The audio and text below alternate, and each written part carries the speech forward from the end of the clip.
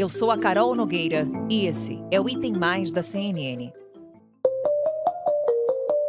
Os Estados Unidos mataram o líder da Al-Qaeda, Ayman al-Zawahiri, num ataque de drone no Afeganistão no fim de semana. A informação foi confirmada pela CNN. Al-Zawahiri era considerado o braço direito de Osama Bin Laden, antigo líder da facção terrorista, também morto pelos Estados Unidos há 11 anos. Zawahiri era médico e fazia atendimentos do próprio Bin Laden. O Departamento de Justiça dos Estados Unidos oferecia uma recompensa de 25 milhões de dólares por informações que levassem ao paradeiro dele. Ele é acusado de ser um dos mentores e de ter ajudado a planejar os ataques do 11 de setembro. A execução do líder da Al-Qaeda, atingido por mísseis no centro da capital do Afeganistão, é um novo episódio da longa ofensiva militar norte-americana iniciada em 2001. Os Estados Unidos deram a chamada Guerra ao Terror, que incluiu a invasão a países com o objetivo de reconstruí-los. Por um lado, a ação enfraquecia organizações terroristas como a Al-Qaeda, mas por outro, grupos ainda mais violentos como o autoproclamado Estado Islâmico se fortaleceram. A Al-Qaeda, ela perdeu bastante força, mas ainda está atuante, principalmente na África. Na Somália, ela está crescendo, está ocupando mais territórios ali perto da Etiópia. Um relatório da ONU, apresentado ao Conselho de Segurança da ONU em julho do ano passado, fala disso. A Al-Qaeda tem dificuldades para estabelecer campos de treinamento no Oriente Médio e possui apenas algumas centenas de combatentes, de acordo com o relatório da ONU. Mas qual é o impacto, o significado da morte do líder da organização?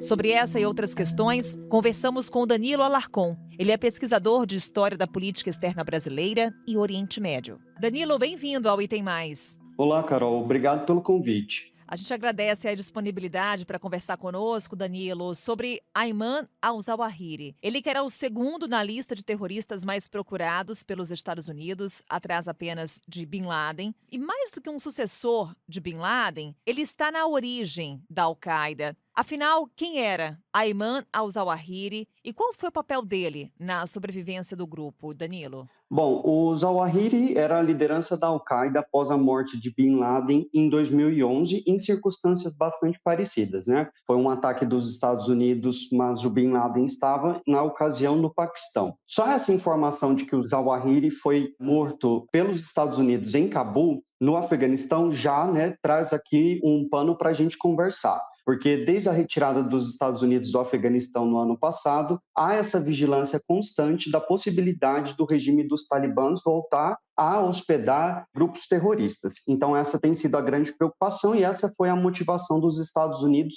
para matar então o Zawahiri. Sobre o Zawahiri, a gente precisa voltar um pouco na história de vida dele para que possamos, né, entender por que ele se torna essa liderança da Al-Qaeda. Ele era um médico egípcio que se envolveu com o movimento islamista ainda nos anos 60. Ele vem de uma família bastante proeminente no Egito e ele era um militante revolucionário, né? Ou seja, ele acreditava que o sistema é corrupto, portanto, não havia possibilidade de mudanças políticas através do sistema. Então, ele advogava que os regimes árabes, naquele momento, né, nos anos 60, 70, deveriam ser derrubados pela força. Ele, inclusive, foi um dos fundadores do grupo Jihad Islâmica do Egito. E esse grupo foi o responsável pelo assassinato do presidente Sadat. E uma das motivações para o assassinato do Sadat foi o acordo do Egito com Israel ainda nos anos 70. Todos esses elementos são muito importantes porque essa história de vida do Zawahiri, ele vai retomar depois dos anos 90 e no início dos anos 2000 para basear a sua relação com Osama Bin Laden e com o movimento do jihadismo global. Ele teve uma primeira experiência no Afeganistão em 1980, ele é preso por um tempo, e em seguida ele volta para o Afeganistão por volta de 1985, que é quando ele conheceu o Osama Bin Laden. A parceria dele com Bin Laden, ela foi muito profícua desde o início, mas havia, claro, muitos problemas de relacionamento entre os combatentes jihadistas que estavam no Afeganistão naquele momento. O Zawahiri, aos poucos, ele vai ganhar força no movimento do Bin Laden como um dos principais ideólogos e, né, se tornando aí o principal parceiro do Bin Laden depois que o fundador da Al-Qaeda faleceu no final dos anos 80. Ele era um homem bastante intelectualizado, inclusive no ano passado ele lançou um livro novo e ele tinha, né, essa característica de fazer essas publicações. Um dos livros dele, que é bastante importante, é de 2001. E nesse livro, por exemplo, ele defendia que os movimentos islamistas tinham que se aproximar das massas nos países muçulmanos para que elas pudessem entender a mensagem e lutar contra os seus governos. Inclusive, ele dava dicas nesse livro de que qualquer indivíduo poderia, por exemplo, atacar um americano com qualquer objeto que ele estivesse em mãos. E ele enfatizou bastante o papel dos grupos pequenos na organização de atentados contra os alvos, especialmente os Estados Unidos e Israel. Ele pensava, então, nessas possibilidades de globalizar o jihadismo. E, nesse aspecto, ele teve bastante êxito, porque boa parte dos ataques terroristas contra alvo dos Estados Unidos nos anos 90, e, claro, né, depois o atentado de 2001, o atentado em Londres em 2005, foram arquitetados a partir das ideias que o Zawahiri trouxe para a Al-Qaeda. E é importante a gente notar que em 2011 ele toma a legitimidade de ter sido apontado por Bin Laden para se manter como líder da Al-Qaeda. Ele enfrenta diversos desafios nesses 11 anos que ele ficou como a liderança máxima. Um deles, evidentemente, foi viver, né, se escondendo, já que ele era um dos homens mais procurados pelo FBI. E o outro, a rivalidade da Al-Qaeda com o autodenominado Estado Islâmico, a partir de toda a tragédia que aconteceu na Síria, né? A Al-Qaeda do Zawahiri rompeu laços com o Estado Islâmico a partir de 2014, porque havia divergências consideráveis entre os dois grupos. Então, assim, em suma, a gente pode dizer que o Zawahiri, ele é fruto do seu tempo, ele vem dessa revolta contra o nacionalismo árabe nos anos 70 e 80, participa desse primeiro levante jihadista islâmico global e depois, né, ele lidera uma organização que ainda permanece como uma ideia bastante forte. Uma ideia bastante forte, mas que, Danilo, vem perdendo poder. Como é que você avalia o momento da Al-Qaeda e em que medida a morte de al-Zawahiri afeta a organização? O que esperar desse período de sucessão? Bom, essa pergunta eu acho que ela é crucial porque nós precisamos olhar para o que a Al-Qaeda se tornou nos últimos anos. E isso está relacionado com a atuação do Zawahiri no grupo, né? Eu mencionei o livro que ele falava aqui, né, da possibilidade de que pequenos grupos atuassem. E é justamente isso que a Al-Qaeda vai se tornar. Quando o regime do Talibã é desmantelado pelos Estados Unidos no início do século XXI, a Al-Qaeda ela passa a atuar principalmente dentro de uma estrutura celular. Então, vários ramos da Al-Qaeda vão surgir em várias outras partes do mundo. Então, a gente tem a atuação da Al-Qaeda na Somália, no subcontinente indiano, na Península Arábica, né, no conflito do Iêmen, no Magrebe Islâmico, na região ali da Argélia, do Mali, onde vira e mexe a França também faz intervenções. Então a Al-Qaeda ela acabou se expandindo. A Al-Qaeda vai se recuperar, né? Eu acho que essa é a grande pergunta.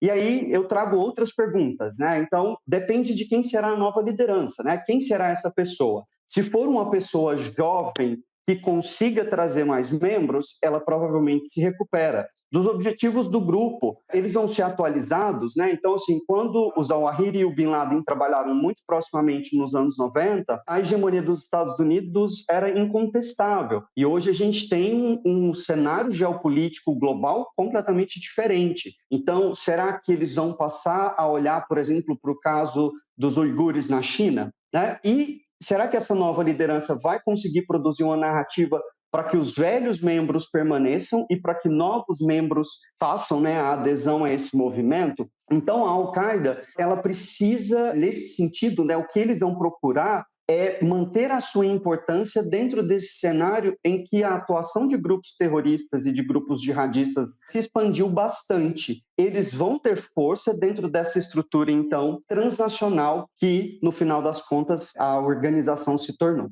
E aí eu faço mais uma pergunta dessa lista que você coloca pra gente, Danilo. Talibãs estão dispostos a acolher a Al-Qaeda mais uma vez? E por que eu faço essa pergunta? Logo no início da sua primeira resposta, você lembrou a gente, olha, esse ataque aconteceu em Cabul, capital do Afeganistão, e tem um acordo com os Estados Unidos, Acordo de Doha, firmado em 2020, que garantiria a proibição da presença da Al-Qaeda no Afeganistão. Ou seja, o que pode parecer uma vitória para os Estados Unidos, por trás, pode soar como uma derrota? Olha, essa questão do Acordo de Doha ela é fundamental porque ela, de alguma forma, cimenta ali já em 2020 o fim da atuação dos Estados Unidos no Afeganistão e certamente a volta do Talibã ao poder. É importante a gente pensar que o Talibã e a Al-Qaeda são grupos distintos, com objetivos distintos, né, com propostas ideológicas distintas, mas existe uma relação muito próxima da Al-Qaeda com o Talibã e que ficou marcada ainda dos anos 90. Esses membros, né, por exemplo, o Zawahiri e o Bin Laden, se esconderam por muito tempo no Afeganistão e no Paquistão, utilizando ali daquela fronteira bastante porosa entre os dois países, e o Talibã se vê hoje com o desafio de não, de alguma forma, né, ferir esse acordo de Doha, porque aí eles têm alguma legitimidade frente ao cenário internacional, mas fica claro que essa relação muito longínqua já do Talibã com a Al-Qaeda, que ela traria seus frutos aqui nessa relação, inclusive, né, no fato da liderança da Al-Qaeda estar morando em Cabul, né, na capital. Os relatórios da ONU, do Comitê, né, do Conselho de Segurança, que acompanha essa questão das sanções a esses grupos, ele já indicava que essa relação já tinha sido restabelecida após a tomada do poder pelo Talibã, em agosto do ano passado, então isso só seria uma questão de tempo.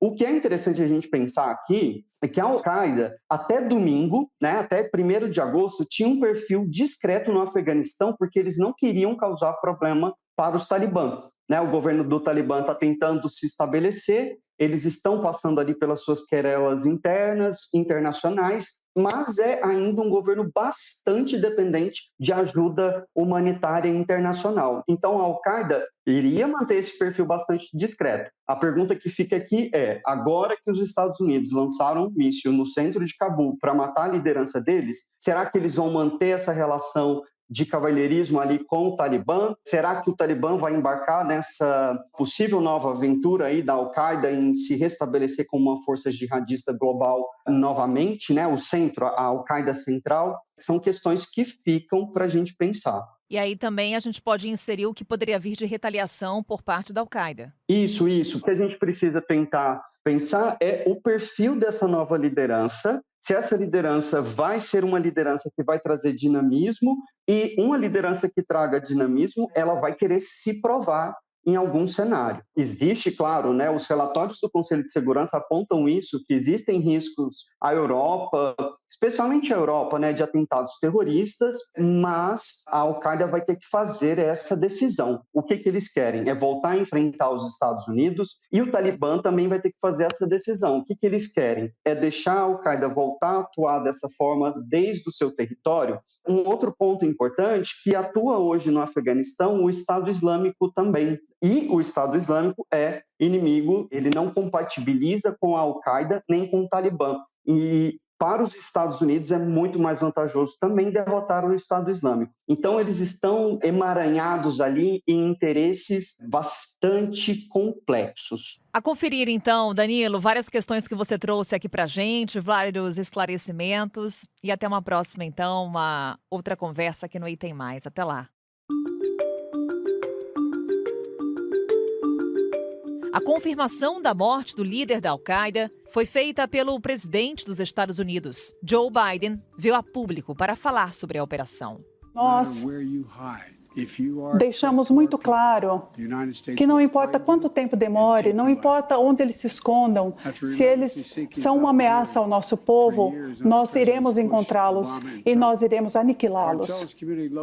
Depois de al-Zawahiri, que foi procurado durante os governos de Obama, de Trump e de Bush, ele continuou agindo em nome da Al-Qaeda e se reuniu com sua família em Cabul.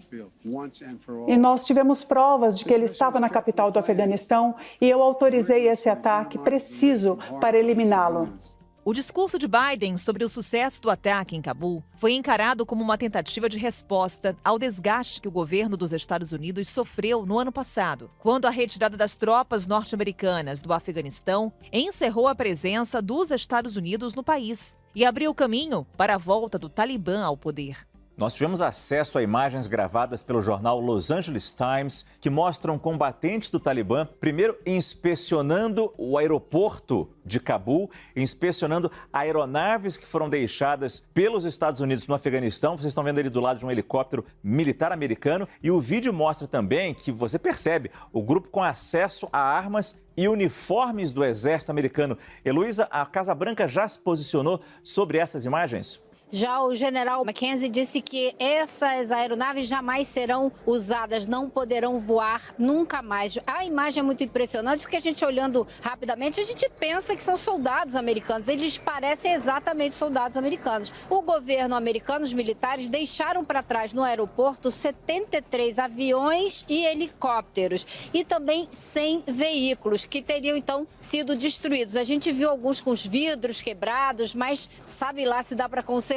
Mas isso aí é muito pouco perto do que os talibãs já têm, do equipamento militar que eles conseguiram das Forças Armadas do Afeganistão, que foram financiadas e treinadas pelos Estados Unidos. Então, rifles, veículos, uniformes, isso tudo eles já vêm amealhando desde que começaram a ofensiva e que não encontraram resistência. Então, esse material já foi ficando com eles e a gente tem visto nas imagens vindas do Afeganistão que eles andam desfilando esse material todo pelas ruas. A atuação militar dos Estados Unidos e a política externa da maior economia do mundo têm um peso significativo na disputa entre democratas e republicanos. Uma pesquisa da CNN revelou que 75% dos eleitores democratas não querem Joe Biden como candidato à presidência em 2024. Os dados apontam que os eleitores querem que o partido indique outro nome que não seja do atual presidente dos Estados Unidos. O levantamento reflete a perda de popularidade de Biden às vésperas das eleições de meio de mandato nos Estados Unidos, que vão definir em novembro qual será o tamanho da base de apoio ao governo no Congresso nos próximos anos. Sobre o papel dos Estados Unidos na geopolítica, conversamos agora com a Fernanda Manhota. Ela é coordenadora do curso de Relações Internacionais da FAP. Fernanda Manhota, que prazer te receber aqui no Item Mais. Sempre muito bom ouvir seus apontamentos. Bem-vinda. Eu que agradeço, Carol. Sempre um prazer estar com vocês e uma honra participar de mais esse episódio do Item Mais. Fernanda, a gente acompanhou várias críticas ao presidente dos Estados Unidos, Joe Biden, quando ele retirou as tropas americanas do Afeganistão. Fato, inclusive, que foi lembrado por ele quando fez o pronunciamento que confirmou a morte do líder da Al-Qaeda. A morte de Ayman al-Zawahiri minimiza essas críticas, Fernanda? Olha, Carol, é a tentativa que o presidente Biden tenta construir para si, né? Quer dizer, a ideia de mostrar que há uma liderança ativa, que essa liderança tem sido assertiva, que os Estados Unidos são respeitáveis do ponto de vista da sua estratégia de segurança internacional. Isso é, sem dúvida, uma tentativa de contrapor aquela ideia de uma ação desarticulada, de uma ação atabalhoada, que prescindiu da ajuda de aliados, que acabou culminando naquelas imagens que nós assistimos, consideradas imagens desastrosas. Então, essa informação, esse anúncio agora da morte dessa importante liderança da Al-Qaeda, vem a calhar na tentativa de Joe Biden de reconstituir a sua própria reputação. Isso, claro, reflete anos de buscas que vêm sendo feitas nesse sentido. É bom lembrar que, no passado, o governo americano já havia tentado atingir essa liderança outras vezes, inclusive a mulher e os filhos dele foram mortos em outros ataques, ele conseguiu escapar e, portanto, não é algo que tenha sido desenvolvido agora, né, de última hora, a pedido de Biden, mas que culminou sob a sua liderança. Aliás, ele fez questão de deixar claro que a ordem para a utilização do drone, né, que fez esse ataque cirúrgico, teria partido dele próprio. Então, claro, estamos falando aí de busca por capital político, Carol.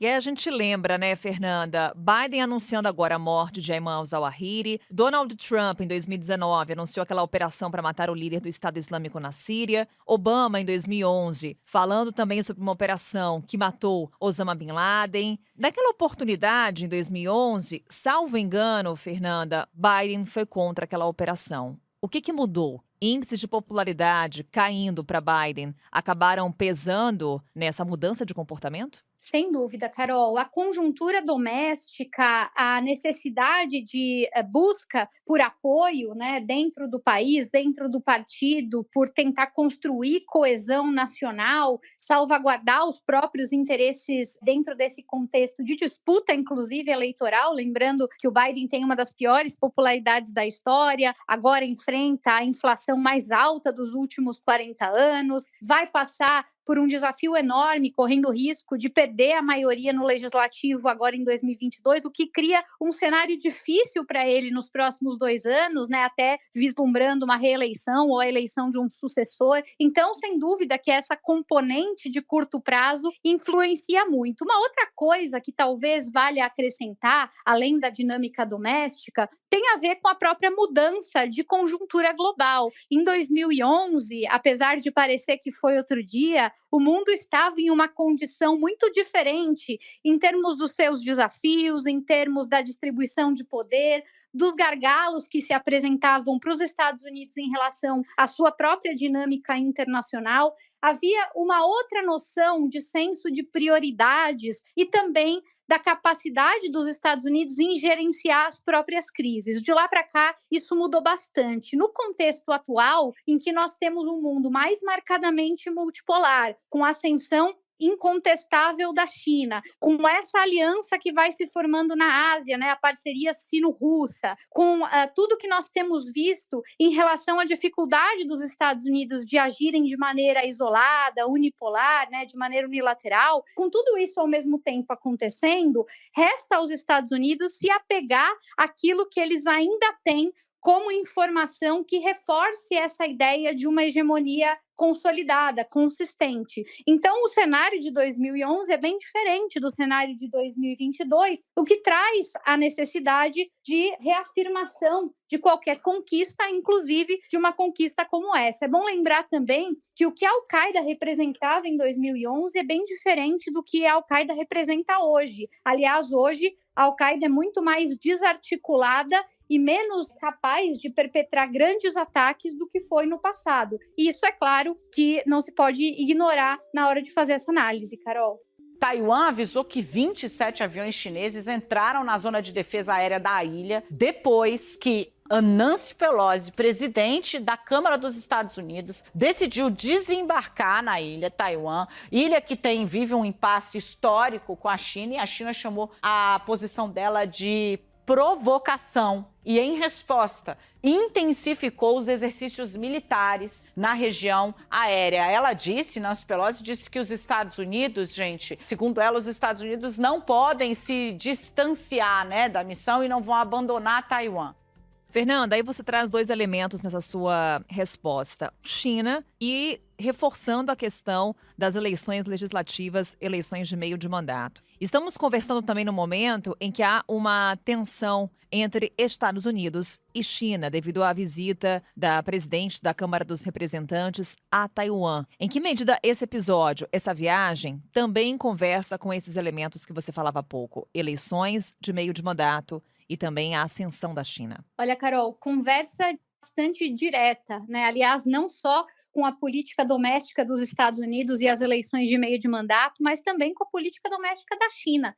Os 2 países estão num momento muito sensível da sua discussão, da sua dinâmica nacional. Como eu já disse, os Estados Unidos, agora em novembro, passam por eleições que vão renovar boa parte do Congresso e determinar a capacidade de governança do presidente Biden nos próximos 2 anos. Então, é claro que a Nancy Pelosi está interessada em energizar o eleitorado democrata, em reforçar aquela ideia de uma agenda de valores que é considerada a força motriz importante para a política externa.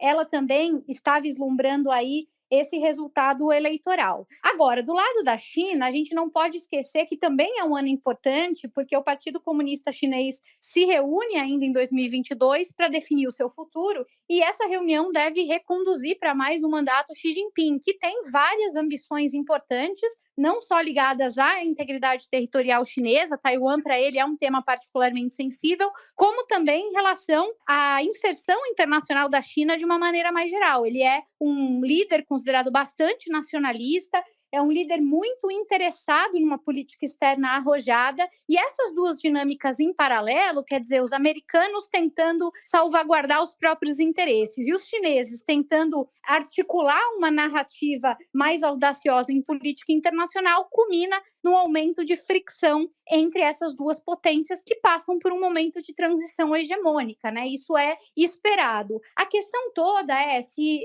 o que a gente acompanhou com a visita da Pelosi vai se restringir ao que já aconteceu. Então, sinalizações, atos simbólicos, troca de farpas, algumas bravatas, ou se isso efetivamente vai se encaminhar para uma elevação de tensões mais profundas, né? No passado já aconteceu esse tipo de situação em que o mal-estar se criou, mas foi apaziguado até pelos interesses pragmáticos dos países, né? Não era do interesse efetivo de nenhum desses players culminar num conflito armado ou mesmo numa guerra comercial que prejudicaria a todos, né? Inclusive mutuamente. Agora, a gente também não sabe se o que aconteceu no passado, essa experiência anterior, é suficiente para dizer que o futuro vai se reproduzir do mesmo jeito. Porque nas outras vezes em que isso aconteceu, a dinâmica da distribuição de poder do sistema era outro. Era o mundo dos Estados Unidos estabelecidos como potência e da China com ligeira dificuldade de avançar. Hoje a situação é diferente. Portanto, aí a gente consegue entender por que da preocupação de todos os diplomatas que acompanharam essa visita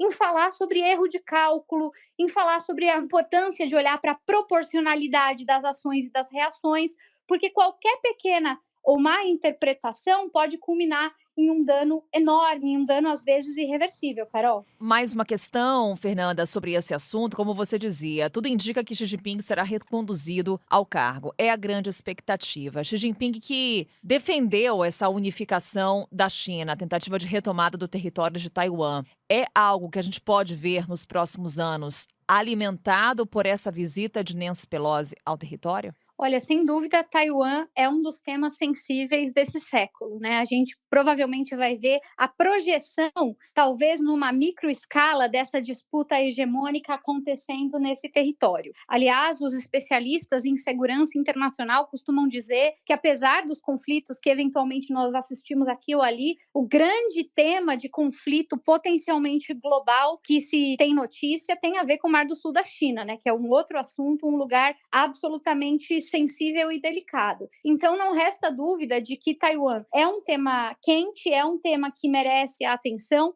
Agora, a gente ainda não tem muito claro se efetivamente os Estados Unidos estariam dispostos a garantir, a defender, a colocar à disposição os seus recursos para, de fato, contrapor a China em nome de Taiwan. A gente sabe que, do ponto de vista discursivo, é isso que se apresenta. Os Estados Unidos, inclusive, vendem armas para Taiwan, mas daí a assumir efetivamente a defesa de Taiwan e, evidentemente, com isso, atacar a China, é um outro passo bastante mais delicado. E a prova máxima que a gente sabe e que pode ser utilizada como um exemplo em paralelo agora é a Ucrânia, né? A gente acompanhou a crise na Ucrânia, tem acompanhado, e embora os Estados Unidos apoiem as forças ucranianas, isso não necessariamente repercutiu ou culminou no envio de tropas, por exemplo. Então, esses cálculos, esses ajustes permanentes, levando em conta custo e benefício, precisam ser reavaliados de tempos em tempos. Nesse momento, o que a gente tem são promessas no campo retórico que têm sim o seu efeito do ponto de vista simbólico, são importantes para a construção de narrativas, mas nesse momento, ao mesmo tempo, não há nenhum tipo de interesse claro por nenhum dos países de entrar numa efetiva rota de colisão, Carol. Fernanda, para a gente encerrar, trago aqui aspas do presidente Joe Biden durante o pronunciamento que ele anunciou a morte de Ayman Zawahiri. Ele disse o seguinte: se você for uma ameaça, os Estados Unidos vão encontrá-lo e derrubá-lo. Diante de tudo que a gente conversou até aqui, Fernanda, quem hoje ainda é uma ameaça para os Estados Unidos? Olha, Carol, existem essas ameaças tidas como subnacionais ou transnacionais que permanecem sendo sempre listadas nos relatórios de defesa, nos documentos e nos discursos oficiais dos Estados Unidos, como é o caso, a exemplo do que a gente tem falado aqui, do próprio terrorismo. Então, qualquer grande liderança que se faça emergir em nome desses grupos, e esses grupos, portanto, tendo uma vocação de combate aos Estados Unidos, serão vistos como inimigos, né, da América e, portanto, alvos em potencial do regime norte-americano. Então, em geral, a gente está falando, num primeiro momento, desse tipo de liderança. Vale lembrar um vídeo, né, uma frase, enfim, um momento histórico emblemático, ainda ali no contexto do 11 de setembro, quando, sob os escombros ali do prédio derrubado, o presidente da época, o George Bush, com um megafone, prometeu, né, às pessoas, aos americanos, que ele não apenas faria com que a sua voz fosse ouvida, mas a de todos que ali estavam revoltados, e que o mundo inteiro seria, portanto, avisado sobre os interesses americanos. Naquele momento, ele fez uma promessa que agora o Biden reforça, assim como tem feito todas as administrações. Então, a mensagem diretamente ligada ao terrorismo internacional, a essas redes globais, né, de crime. Agora, para além disso, se a gente olhar para países, para aqueles que são vistos como adversários, os mesmos documentos, esses que eu citei, têm apresentado já há alguns anos, consistentemente, a China como um adversário estratégico. O tom às vezes muda um pouco, às vezes ela é tratada como um inimigo, às vezes ela é tratada como um concorrente, mas a China aparece como a grande pedra no sapato, digamos assim, dos Estados Unidos para esse próximo século. E nos últimos documentos, um reforço claro que foi dado à Rússia, embora fique sempre claro que a Rússia, apesar da guerra da Ucrânia agora, não é vista no longo prazo como um problema semelhante à China. A China sempre é destacada. E aí nós temos outros países, como é o caso do Irã e aqueles que, em dado momento, foram considerados estados, né, que têm interesses avessos aos Estados Unidos. Eu diria que a Coreia do Norte, claro, esses são os principais, os que talvez nós pudéssemos destacar aqui, Carol. Fernanda Manhota, nessa conversa aqui conosco no Item Mais. Mais uma vez, Fernanda, obrigada por estar conosco. Até uma próxima. Eu que agradeço, Carol. Sempre um prazer, um ótimo trabalho para você e um ótimo dia para todos que nos ouvem. Um prazer é nosso. Bom trabalho por aí também, Fernanda. E assim encerramos o Item Mais de hoje. Amanhã estamos de volta com outro assunto. Até lá.